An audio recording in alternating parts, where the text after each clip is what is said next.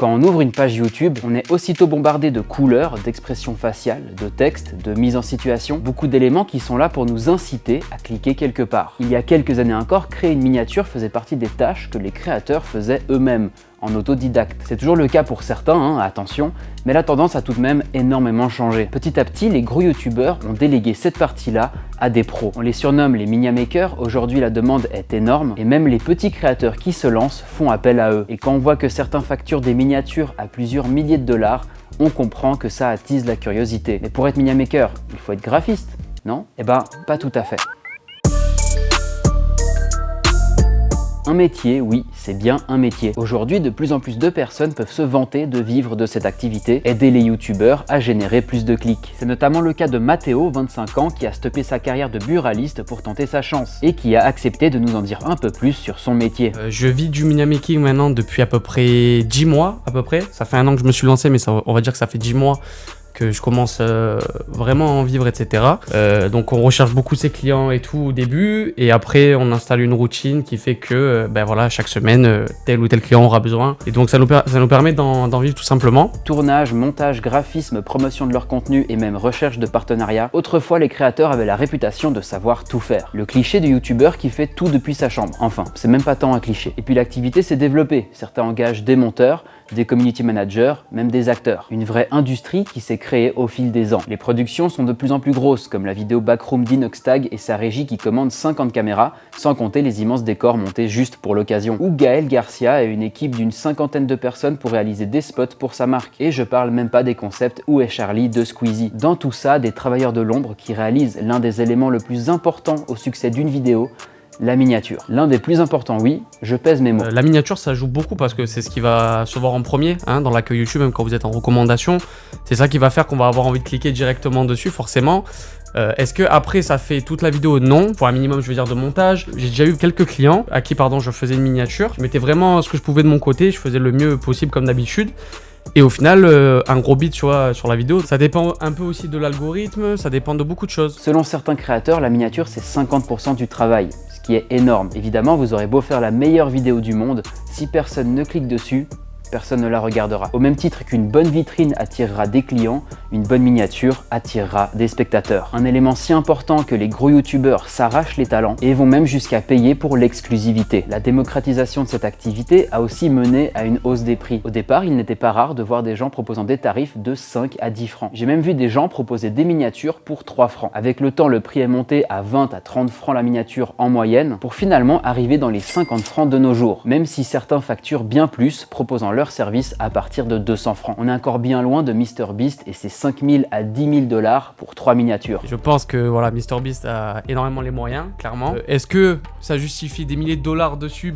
Peut-être qu'à ses yeux, oui. Avec mon budget actuel, si j'aurais besoin, de Miniamaker, est-ce que je ferais ça? Non, bien sûr que non. Et même si on en est loin, on peut vraiment considérer le Miniamaking comme un métier. De plus en plus de personnes, parfois très jeunes, se lancent sur X pour trouver des clients et arrivent à se sortir un vrai petit salaire. Certains se font même repérer par des grosses enseignes, comme Brice qui a été mandaté par TF1 pour certains projets. On peut même trouver de plus en plus de formations au Miniamaking. Alors attention, pas dans des écoles, mais bien proposées par des particuliers. Alors j'ai fait 0 école de graphisme, les gars, mais 0. Ça veut dire Photoshop, je l'ai ouvert, je ne connaissais strictement rien dessus. Je m'étais renseigné s'il y avait des formations, etc. Vous savez, des fois avec les démarches, que ce soit avec Pôle emploi ou voilà, avec des aides de l'État, des fois on peut faire des formations, etc. Et il y avait vraiment rien, où c'était que du basique. Et moi, c'est pas ça qui m'intéressait. Et c'est vrai que dans le truc de la miniature, c'est quand même, on part de rien, on assemble des images entre elles et bam, ça fait un truc méga stylé à la fin. Je suis tombé sur une formation en ligne. La formation m'a permis en quelques mois, même pas 2-3 mois les gars, de commencer à avoir un bon niveau. Mais vous avez tout sur YouTube aussi, donc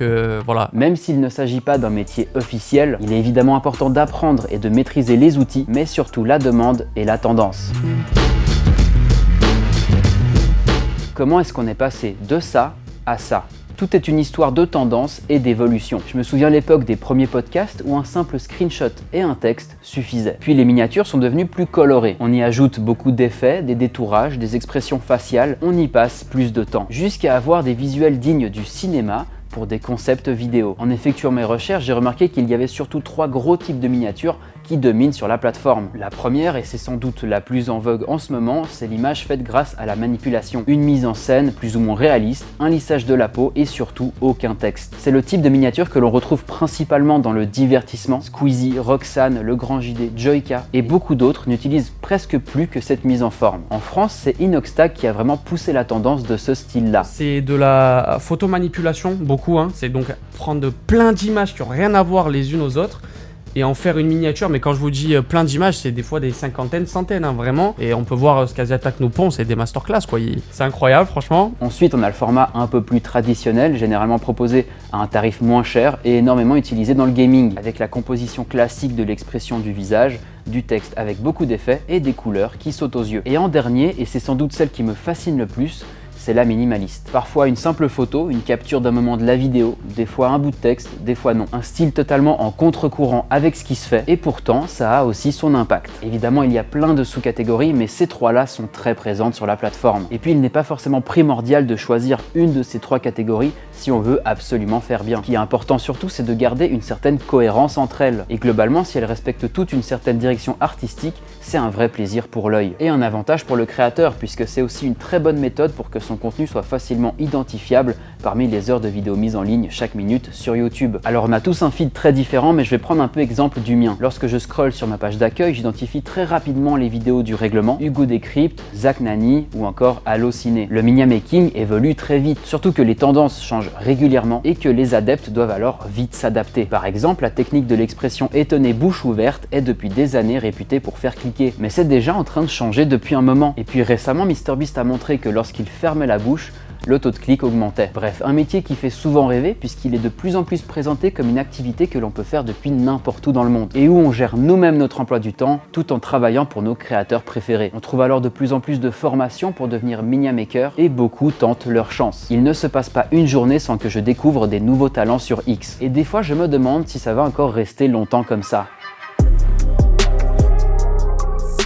Comme tout va très vite sur internet, il n'est pas impossible de voir la tendance du Miniamaking changer. Encore plus aujourd'hui avec l'arrivée des IA. Ça peut faire peur parce que l'IA peut faire ce que tu vas mettre, admettons tu vas mettre 4-5 heures à faire un truc hyper travaillé, ben l'IA peut te le faire en 3 secondes. Elle peut faire beaucoup de choses, mais à mes yeux pas encore assez pour remplacer un Miniamaker par exemple. Mais à l'avenir, voilà, on est à l'abri de rien parce que ça progresse énormément. La demande est de plus en plus forte, surtout maintenant que l'A/B testing est déployé petit à petit sur des chaînes francophones. L'A/B testing en miniature, c'est quand tu testes les performances de deux miniatures différentes pour voir laquelle des deux génère le plus de clics. Petite anecdote, Netflix aussi le pratique, puisque selon les utilisateurs, les affiches ne seront pas les mêmes pour un même film ou une même série. La série Sense8 avait d'ailleurs montré que selon le pays, les affiches ne fonctionnaient pas du tout de la même manière. Les Américains préfèrent la version simple alors que les Allemands préfèrent la version abstraite. C'est un peu pareil sur YouTube. Selon la catégorie de vidéo ou selon le public aussi, l'image sera très différente. J'en ai pas vraiment parlé, mais faire des miniatures, c'est pas le seul métier propre à YouTube. Je pense par exemple aux monteurs qui, en adoptant les codes et le rythme de YouTube,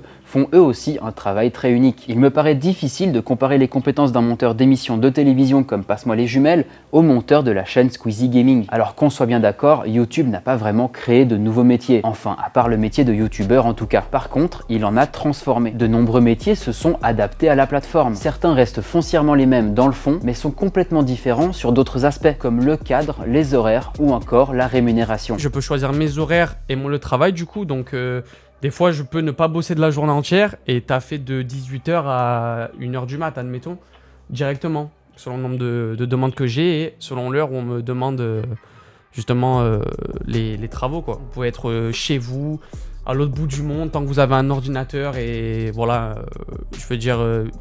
de préférence des lunettes, hein. Des lunettes contre lumière bleue, c'est toujours mieux. Et j'ai l'impression que YouTube est à l'origine même du métier de créateur de contenu. Car aujourd'hui, avec l'inondation de plateformes et de contenus sur TikTok, Instagram, Snapchat et autres, on a tendance à oublier que c'est sur YouTube que tout a commencé. Créer une chaîne, publier du contenu, s'abonner aux autres chaînes, c'est le modèle de presque tous les réseaux sociaux. Mais c'est en février 2005 en Californie que ces fonctionnalités sont nées, sous l'enseigne YouTube. J'ai aussi proposé à Mathéo de réaliser une miniature qui irait bien avec cette vidéo et voilà le résultat.